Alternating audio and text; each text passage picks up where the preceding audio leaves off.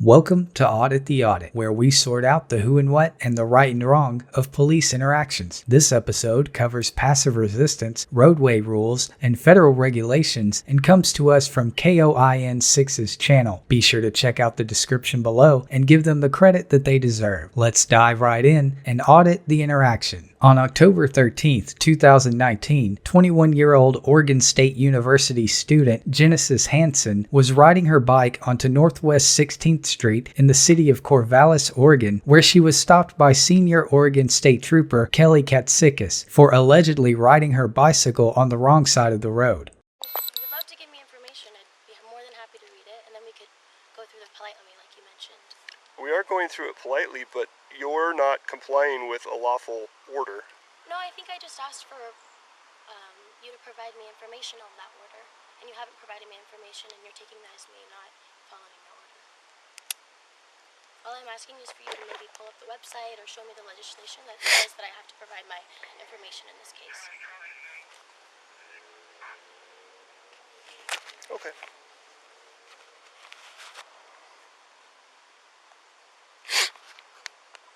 $24.24.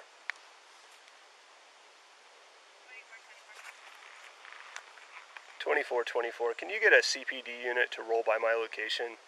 Jackson, I think I'm on 16th or 17th.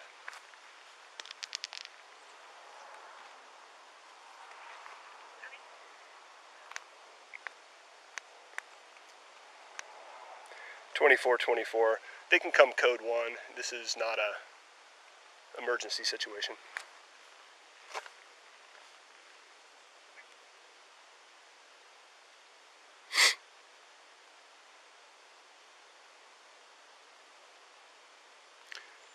All you guys that are recording, I'm also recording, just so you know. Okay.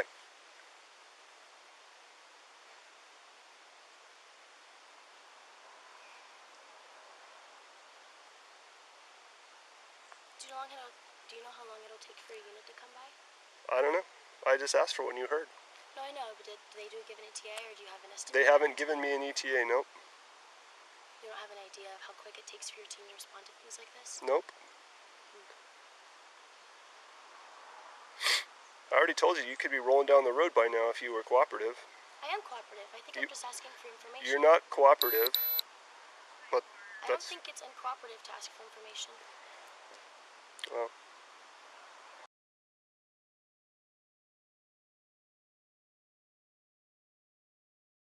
So the violation that I stopped you for is 811-307, failure to drive within the lane. So that's the first part.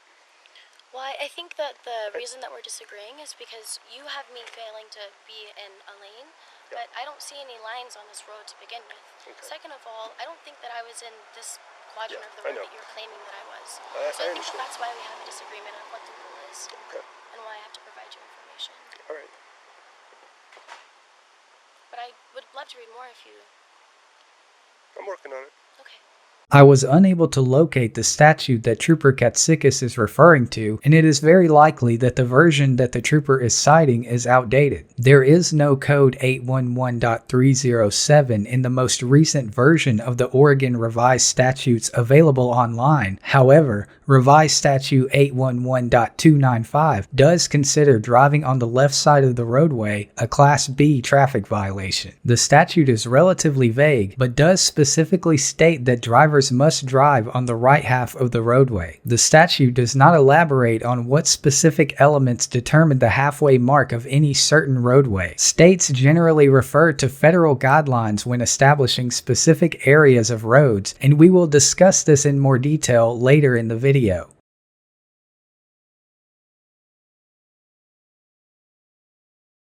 Hello. Hello, how are you? I'm well. So I'm out with this citizen on a bicycle stop, but I don't know the citizen's name to tell you because the citizen won't tell me their name. Okay. I stopped them for a simple violation, riding the wrong way on the roadway. As you can see, we've attracted a small crowd, so it's not really contentious, but the person's refusing to identify themselves. Okay. I don't know if they even have ID because every question that I ask, we go in a circular argument wherein they state I don't answer questions.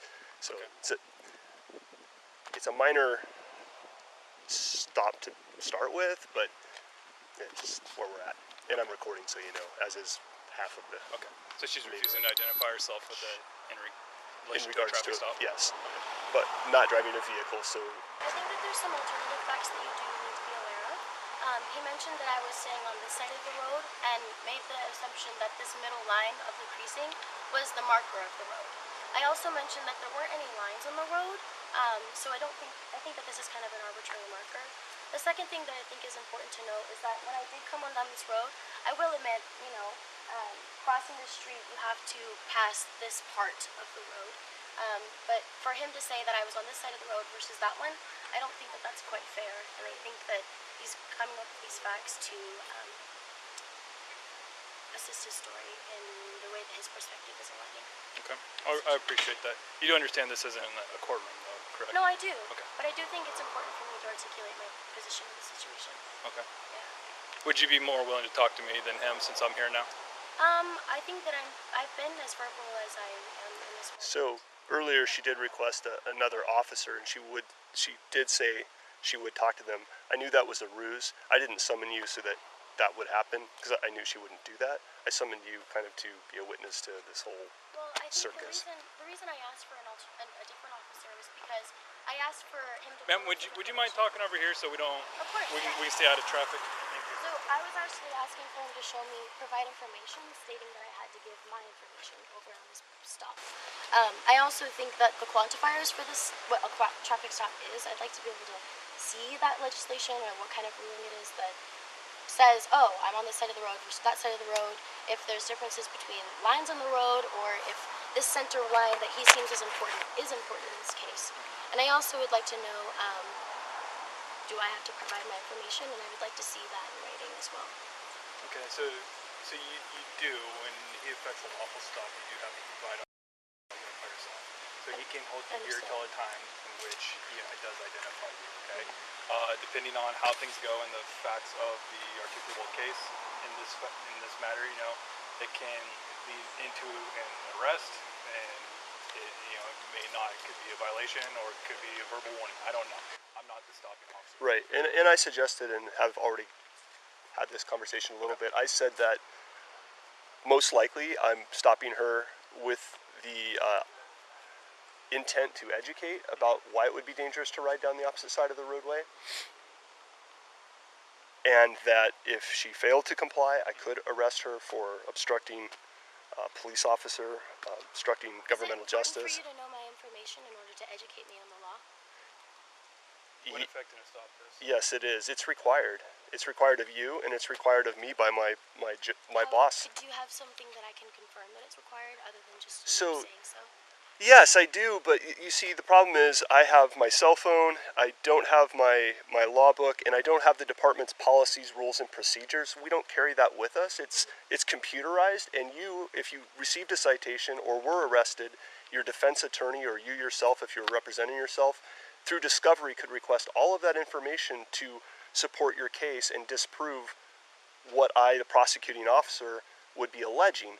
However, it is customary in our society that when a police officer who's clearly identified as such tells you to pull over for a violation, you go along with the program. That is the requirement. You are lawfully required to provide identification, and then the officer gets to decide whether you get a warning, a ticket, or you get arrested if you've committed a crime. So it seems to me that there's a few issues here. So it seems to me you want to hold me to a law that you can't prove or show me. You don't know that I can't prove that. Okay, so all I'm asking is for your law book. You said you don't have it with you. So how can I even know that what you're telling me is the truth? The landmark Terry v. Ohio Supreme Court ruling established the doctrine of reasonable suspicion and probable cause in 1968. In order for an officer to detain a citizen, they must have reasonable articulable suspicion that a crime has occurred. If an officer establishes probable cause that a crime was committed after an investigation, then the officer may issue a citation or make an arrest. After a citation is issued or an arrest is made, civilians have the right to plead their case in a courtroom and contest the allegations of the prosecuting officer. As the officers noted, public sidewalks are not courtrooms, and law enforcement officers are under no obligation to explain the laws which they suspect an individual to be violating. It is the personal responsibility of every citizen to understand both their individual rights and the limitations of those rights. The only person that Trooper Katsikis is required to prove anything to is the presiding judge. I showed you the law on... Okay, Please let me finish what I have to say. go ahead. You have to understand, people who look like me are often What do you threatened. look like? You keep saying that. I don't understand what you look like. How do you look any different from me? Okay, well, I'm an African-American mixed woman. Okay. I am a petite figure. So I will say that men who are in a police uniform often abuse their power and the rules that they have. All I am asking is for you to show me the rule Okay. of this violation that I have. All I have right now for verbal confirmation Okay. is for your friend or your colleague and you telling me what the rules are. All I'm asking for is... We don't even know each other. I've never met this man Well, before. I'm sorry. From a civilian standpoint, you two are colleagues. Okay. So, and he's the one that rolled up to help with the situation. Because you So asked this me to is call really someone, I obvious. called someone. But in any case, I am just asking for some information before I provide my own. I want to see legislation or some rule book saying that I have to give my information. Yeah. It's not that I'm not being compliant, and it's not that I'm, not respecting authority, which, I don't. But Yeah, I think You're not that being it's compliant, important you're for being you passive to... resistance. I don't think this is passive resistance. All That's I'm asking exactly is what for it you to is. provide me information, and It you're failing is. to do so. So I don't feel like I have to provide my information. The phrase passive resistance has assumed many similar but acutely different lawful identities throughout its tenure within Oregon's law books. The previous iteration of the phrase, which was clarified by Oregon's Court of Appeals in 2015, declared that passive resistance only pertains to an individual who is performing certain acts or techniques commonly associated with governmental protest or civil disobedience. In the 2017 case of Oregon v. McNally, the Oregon Supreme Court rejected the lower court's interpretation of passive resistance and simplified the phrase, defining passive resistance as non-cooperation with a peace officer that does not involve violence or other act of conduct by the defendant. As the officers noted, Ms. Hansen's refusal to provide identification when lawfully ordered to do so is the textbook definition of passive resistance, but the officer's invocation of the passive resistance doctrine plays a larger role, which we will discuss later in the video. Not to show that either. So if he is, he's doing it out of a courtesy just to be kind. I don't think that your job should have any courtesy. I think kindness should be the principle of your job. I don't think courtesy should be an option. Well, I have been courteous. As you should be. Okay, so we don't need to argue about that because I have been courteous. I'm now looking at the vehicle code. I'll give you the applicable law. Does it apply to vehicles or does it apply to bicycles? So Oregon defines bicycles as a vehicle. Okay. Most states do. So do I need a license to be riding this bike? You do not, but they still in law define it as a vehicle when it's ridden on the roadway, which it was. Okay. And that means you have to apply by the vehicle laws, which you were not. And that's why I stopped you. I don't arbitrarily stop I people. think that the reason that you're saying that the rule is what I was violating, but you and I have a difference of even violating the rule. I'm arguing Right, you didn't and that's why violate we have the rule, and court. you're saying that I am. Like the other officer suggested, that's why we have court. So if at the end of this I gave you a citation and you felt that was wrongfully issued, I don't In get the any final case, say. You don't need my information to Yeah. give me a warning. I- You could just say, hey, Well, citizen. I don't really these are want to the give rules you a of the warning roadway. any longer. I feel like you're I no you're trying longer have a wish power to give move you by a warning. reading my information, and I all I'm wish to saying give is you a I'm not willing to citation provide now. it. Are you hearing what I'm saying? You're I talking now over me wish. so that I can't hear what you're saying. All I'm right. verbalizing and you're trying to talk under me. I wasn't finished with my sentence. Okay. You're trying to underscore what I was saying. So no, I didn't hear what you're saying. Please repeat yourself. I no longer wish to give you a warning. So now I need your identification to give you a citation because that's what I intend to do. I don't feel comfortable giving you my information. I understand that. There will be consequences if you make that choice. And do you have ruling or anything that will show me those consequences other than your verbal affirmations? Yeah.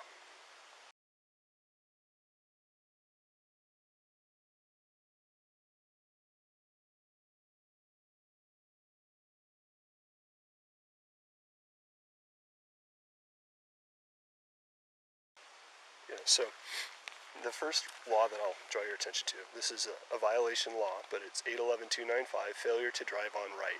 I'm familiar. I understand that this is a law. Okay. That's not what I'm contesting. I'm just asking.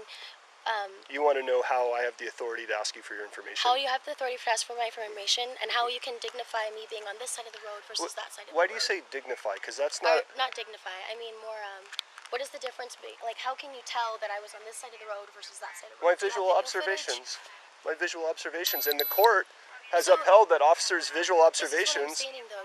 You're making your observations based on this median in this road. Yes. But this isn't a line in the road. It is a line in the road. It's a physical line. It's a line in the road, but I don't recognize this as the median. Okay. The Manual on Uniform Traffic Control Devices for Streets and Highways, which is recognized as the national standard for all traffic control devices installed on any roadway open to the public, dictates that a centerline marking should be placed on paved urban arterials and collectors that have a traveled way of 20 feet or more in width and an average daily travel of 4,000 vehicles per day or greater. The manual notes that pavement markings should be placed using paints, thermoplastics, raised pavement markers, colored pavements, or systems consisting of clumps or droplets of material. The street which this interaction took place on, Northwest 16th Street, is defined as a collector by the Federal Highway Administration and is approximately 32 feet wide. Given that the average daily travel of Corvallis streets ranges from 996 at their lowest and up to and beyond 14,000 at their highest, and that Corvallis High School rests on a Northwest 16th Street intersection, it is safe to assume that the average daily travel far exceeds the minimum standards requiring a clearly marked center line. Trooper Katsikis is attempting to enforce Oregon Vehicle Code 811.295 based on an uninformed interpretation of a center line marking, and the city of Corvallis has likely failed to adhere to the federal standard associated with lane designation. Although this stop is based on a misinterpretation, that does not necessarily render the stop illegal. Trooper Katsikis is protected under the qualified immunity doctrine established by the 1982 Supreme Court case of Harlow v. Fitzgerald. The qualified immunity doctrine protects government officials who believe in good faith that their conduct is lawful and objectively reasonable. The application of qualified immunity does not depend upon an official's subjective state of mind, but on whether or not a reasonable person in the official's position would have known whether their actions were in line with clearly established legal principles. Given that the legalities of centerline markings are rather obscure, it is relatively reasonable to assume that Trooper Katsikis' actions would be protected under the qualified immunity doctrine. Okay. Trying to say that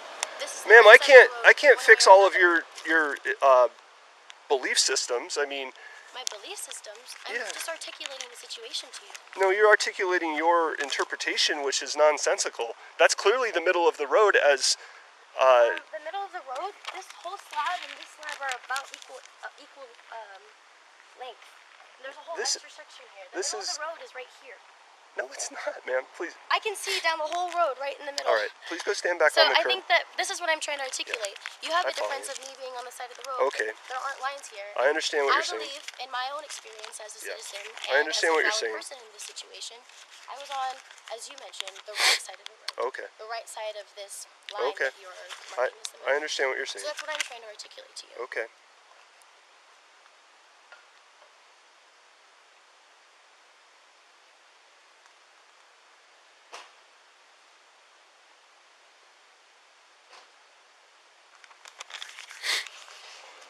For interfering. That's what I was thinking. Should be highlighted. It's interfering, right? Ultimately. Yes. Yeah. I don't believe it's wrong So for me to ask let you to me provide tell you the statute information. that's going to lead to your arrest if you don't comply, okay? You're going to arrest me for I am. asking for information? I'm going to arrest you for failing to comply if you don't. So How am I failing to comply if I'm just asking for information, hold on, no, sir? you've asked me to tell you how I can do this, so I'm going to do that. Do you want to hear or not? I would love to hear, yes. That's the whole point of me standing here. Okay, great. So let's do that.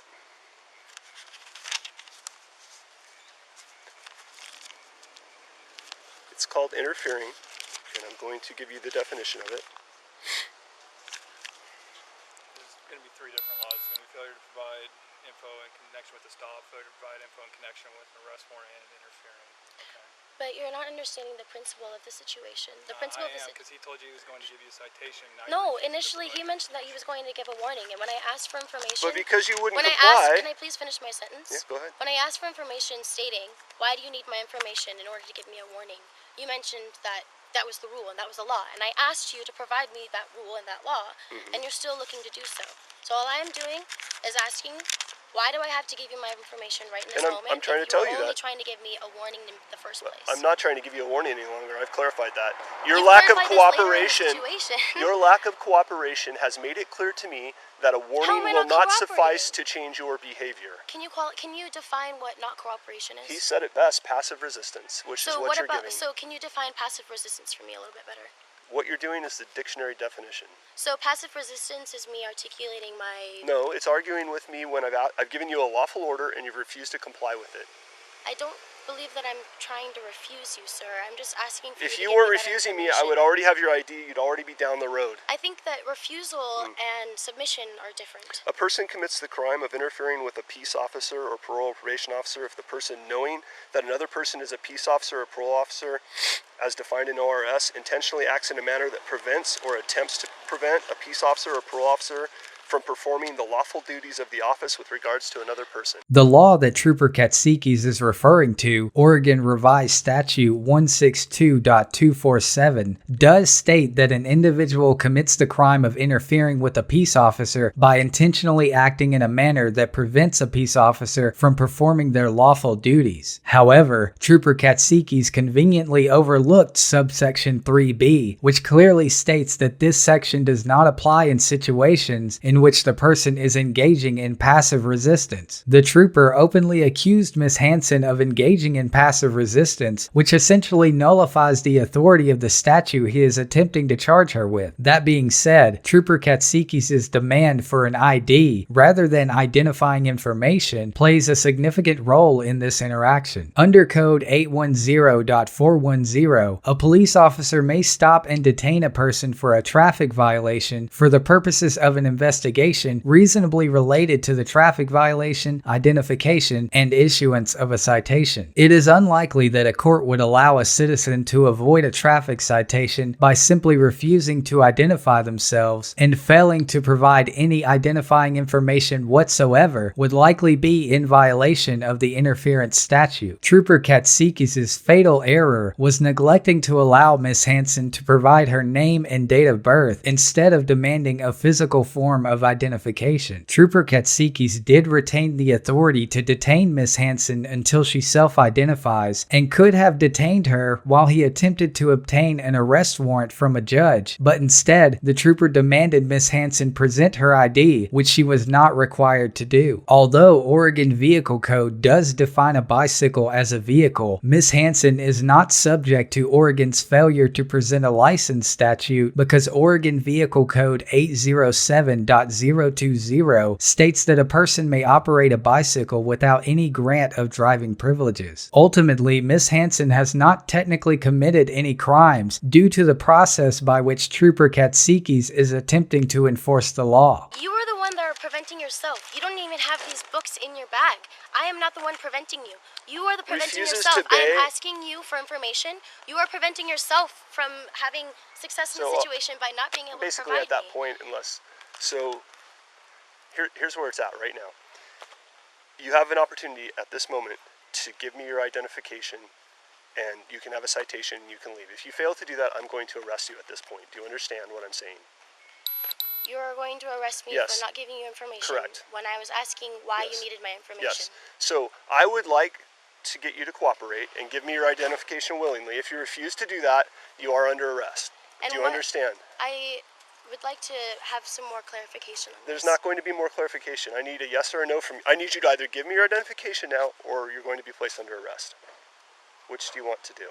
I don't answer questions. Okay, you're under arrest. Miss Hansen was arrested, charged with interference and resisting arrest, and was taken to jail. Following the release of the body cam footage, community uproar prompted the Benton County District Attorney to review the case and drop all charges except for the original traffic infraction. 5 days after the incident, Oregon State University President Ed Ray condemned the actions of the officers, which led to the Oregon State Police terminating their police services contract with the university, which had been in place for over 30 years. At this time, it is unclear whether Miss Hansen will be following up this encounter with legal action. Overall, Trooper Katsikis gets a C- because although this arrest was wholly avoidable and inappropriately carried out, it was ultimately the process by which the trooper chose to carry out his duty that was controversial, more so than the actual charges themselves. This interaction involved obscure aspects of traffic laws and debatable legal loopholes within Oregon state law, which are understandably difficult to accurately enforce without an intimate understanding of legal precedent and relevant case law. And although it is Trooper Katsikis' job to understand and enforce the law, it is irrational to expect officers to be 100% right 100% of the time. And to a reasonable degree, it is the burden of the court to decide the legitimacy of a criminal charge. Trooper Katsikis displayed a degree of patience that is rarely seen amongst members of law enforcement, but the trooper still managed to needlessly escalate what could have been a simple warning into an unlawful arrest. Miss Hansen gets a B+ for accurately challenging the legitimacy of the initial traffic stop, but also demanding information that the trooper was not obligated to provide, which consequently led to her arrest. There is a legitimate argument to be made that Miss Hansen did indeed commit the crime of interfering with a police officer by refusing to provide any identifying information when lawfully ordered to do so. And if Trooper Katsikis had acutely altered his approach to charging Miss Hansen with that crime, it is likely that the charges against her would not have been dropped. Miss Hansen also neglected to invoke her right to silence and engaged in an informal banter with the trooper. It is important to remember that a proper defense should be mounted in the courtroom and not in the street. Although Miss Hansen's rebellious ribbing paid off in this interaction, it is unlikely that the average citizen could achieve the same results. Given that Trooper Katsikis made minute but serious errors throughout this encounter, Miss Hansen has a strong case against the Oregon State Police and the city of Corvallis, and I sincerely hope that she follows up this encounter with legal action. Let us know if there's an interaction or legal topic you would like us to cover in the comments below. Thank you for watching, and don't forget to like and subscribe for more police interaction content.